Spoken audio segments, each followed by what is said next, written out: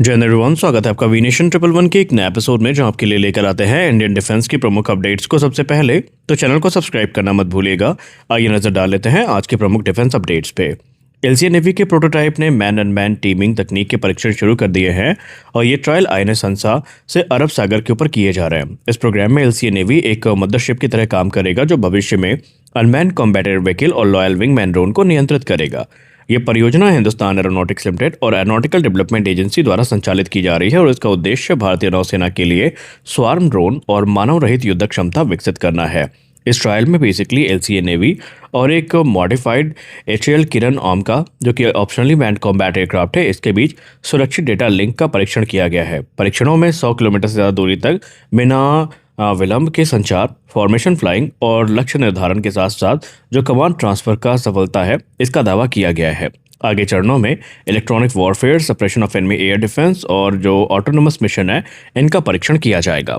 जैसा कि हम सब जानते हैं कि हमारे फिर प्रोग्राम में राफेल का जीतना लगभग तय हो चुका है और इसी बीच भारत और सैफरान के बीच में एक और महत्वपूर्ण बातचीत चल रही है, जहां पर M88 की जो एमआरओ फैसिलिटी है और भविष्य में संभावित जो इसका निर्माण है, उसको लेकर सैफरान ने कहा कि हम भारत में सिर्फ M88 का निर्माण नहीं करना चाहते, बल्कि भारत में जो पूरा जेट इंजन इकोसिस्टम है वो विकसित करने की योजना पर हम काम कर रहे हैं। यही इकोसिस्टम भविष्य में एडवांस मीडियम कॉम्बैट एयरक्राफ्ट के लिए 120 से 140 किलोटन क्लास का जो स्वदेशी इंजन है वो विकसित करने की नींव बन सकता है। दरअसल भारत में M88 इंजन के लिए end to end manufacturing ecosystem बनाने का लक्ष्य है। उद्देश्य केवल लाइसेंस के तहत असेंबली करना नहीं, बल्कि design, manufacturing, testing, maintenance, upgrade, MRO जैसी जो पूरी क्षमता है ये भारत में विकसित करना इसका प्राइमरी लक्ष्य है। अब यहाँ पर आप सबको पता ही है कि अगर ये चीज़ें होती हैं तो भारत के लिए काफ़ी चीज़ें आसान हो जाएंगी। इस कार्यक्रम को अगर पूरी तरीके से सफल कर लिया जाता है तो भारत में बहुत सारे अत्याधुनिक इंजन तकनीक मिलेंगी, जैसे कि हाई टेम्परेचर निकेल, कोबाल्ट और टाइटेनियम सुपर एलॉयज, कंप्रेसर और टरबाइन डिस्क का निर्माण, single crystal turbine blade casting और भी दूसरी इंपॉर्टेंट टेक्नोलॉजी है जिनका एक्सेस भारत तक आ सकता है। हमारी अगली बड़ी अपडेट सुपर सुखोई प्रोग्राम को लेकर आ रही है। दरअसल विरूपाक्ष एसा रडार से हिंदुस्तान एरोनॉटिक्स लिमिटेड को जो वैश्विक अपग्रेड बाजार है उसमें एंटर करने का एक बड़ा अवसर मिल सकता है। भारतीय वायुसेना का सुपर 30 अपग्रेड प्रोग्राम सिर्फ इंडियन एयरफोर्स के SU-30 MKI को आधुनिक बनाने तक सीमित नहीं रहेगा, बल्कि ये हिंदुस्तान एरोनॉटिक्स लिमिटेड के लिए एक बड़ा निर्यात अवसर बन सकता है। इस अपग्रेड का मुख्य आकर्षण होगा विरूपाक्ष एसा रडार, जो DRDO के उत्तम एसा रडार पर आधारित है। अपग्रेड पैकेज में केवल रडार ही नहीं, बल्कि स्वदेशी mission computer, electronic warfare system, electronic warfare के बाद जो डिजिटल कॉकपिट है, अस्त्र मार्क 1, अस्त्र मार्क 2 जैसी मिसाइल का इंटीग्रेशन है, ये भी शामिल होगा। दरअसल बताया जा रहा है कि इस समय अलग अलग जो SU-30 ऑपरेटर हैं उसमें चीन को छोड़कर तकरीबन 100 SU-30 विमान अगले 10 वर्षों में मिड लाइफ अपग्रेड के लिए उपलब्ध हो सकते हैं। और इस समय मलेशिया के पास 18 SU-30, वियतनाम के पास 35 SU-30 SM-2, Indonesia, Venezuela, Angola, Uganda और भविष्य में अल्जीरिया और म्यांमार भी संभावित भारत के ग्राहक बन सकते हैं। यानी कि 100 से ज़्यादा SU-30 विमानों के अपग्रेड की अपॉर्चुनिटी भारत के पास होगी और यहाँ पर ये अवसर जो है वो हिंदुस्तान एरोनॉटिक्स लिमिटेड ग्रैब करने की तैयारी कर रहा है। भारतीय वायुसेना जल्द ही 160 किलोमीटर तक मारक क्षमता वाली अस्त्र मार्क 2 BVR मिसाइल का ऑर्डर देने की तैयारी में है। यह खरीद DRDO की उस योजना का हिस्सा है जिसके तहत भविष्य में इसी मिसाइल का 200 से लेकर 220 किलोमीटर रेंज वाला उन्नत संस्करण भी विकसित किया जाएगा।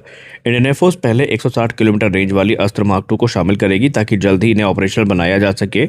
DRDO पहले से 200 से लेकर 220 किलोमीटर रेंज वाले अपग्रेडेड अस्त्र मार्क 2 पर काम कर रहा है। अस्त्र मार्क 2 में डुअल पल्स रॉकेट मोटर और एक्टिव रडार सीकर है, जिससे अंतिम चरण में इसकी मारक क्षमता और मनोवरबिलिटी काफ़ी बेहतर होती है। ये मिसाइल SU-30 MKI, राफेल और लाइट कॉम्बैट एयरक्राफ्ट तेजस जैसे भारतीय लड़ाकू विमानों में तैनात की जाएगी। DRDO का उद्देश्य विदेशी BVR मिसाइलों, खासकर R-77 पर जो निर्भरता है वो कम करने का है और मिसाइल को उत्तम एसा रडार जैसे स्वदेशी सिस्टम के साथ भी एकीकृत किया जाएगा। रिपोर्ट्स के अनुसार 160 किलोमीटर का संस्करण जो है वो सीमित सीरियल उत्पादन जल्द इसका जो है या यूँ कह लें कि इसका जो सीरियल उत्पादन है बहुत जल्दी शुरू हो सकता है और 2027 में इसको ऑपरेशनल सेवा में लाया जा सकता है। हिंदुस्तान एरोनॉटिक्स लिमिटेड का Indian multi role helicopter program दुनिया के हाई स्पीड हेलीकॉप्टर ट्रेंड को फॉलो करने के बजाय भारत की सैन्य जरूरतों के हिसाब से डिजाइन किया जा रहा है। इसका मुख्य फोकस होगा हाई एल्टीट्यूड परफॉर्मेंस, भारी पेलोड और हिमालय इलाके में ऑपरेशन है, न कि केवल अधिकतम गति। आपको बता दें कि यहाँ पर स्पीड नहीं बल्कि हाई एल्टीट्यूड को प्राथमिकता दी जा रही है। IMRH की अधिकतम गति 260 से 280 किलोमीटर प्रति घंटा होगी। ये बेल V280 वेलर और एयरबस के रेसर जैसे जो हेलीकॉप्टर हैं जो कि 400 से लेकर 550 किलोमीटर प्रति घंटा की रफ्तार रखते हैं, इनसे धीमा होगा। लेकिन इसका मुख्य उद्देश्य सियाचिन लद्दाख में जो कि 6000 मीटर की ऊंचाई वाले इलाके हैं वहाँ पर इसको ऑपरेट करने के उद्देश्य से बनाया जा रहा है। और बताया जा रहा है कि इसके अलग अलग संस्करण विकसित किए जाएंगे जो कि इंडियन आर्मी, इंडियन नेवी और इंडियन एयरफोर्स की ज़रूरतों को क्रमशः पूरा करने के लिए होंगे। यहाँ पर आने वाले भविष्य में इसमें हिमालय को ध्यान में रखकर विशेष डिज़ाइन भी तैयार की जा रही है, जैसे कि इसमें जो बड़े मुख्य रोटर की बड़े मुख्य रोटर की वजह से हेलीकॉप्टर जो है वो पतली हवा में भी बेहतर हावर कर सकेगा। सैनिकों की तैनाती हो गई, लॉजिस्टिक हो गया, मेडिकल इवैक्यूएशन हो गया और जो भारी सामान ले जाने की क्षमता है वो यहाँ पर ऐड की जाएगी। तो आज के इस वीडियो में बस इतना ही। मिलते हैं अगले वीडियो में कुछ अपडेट्स के साथ। तब तक के लिए जय हिंद।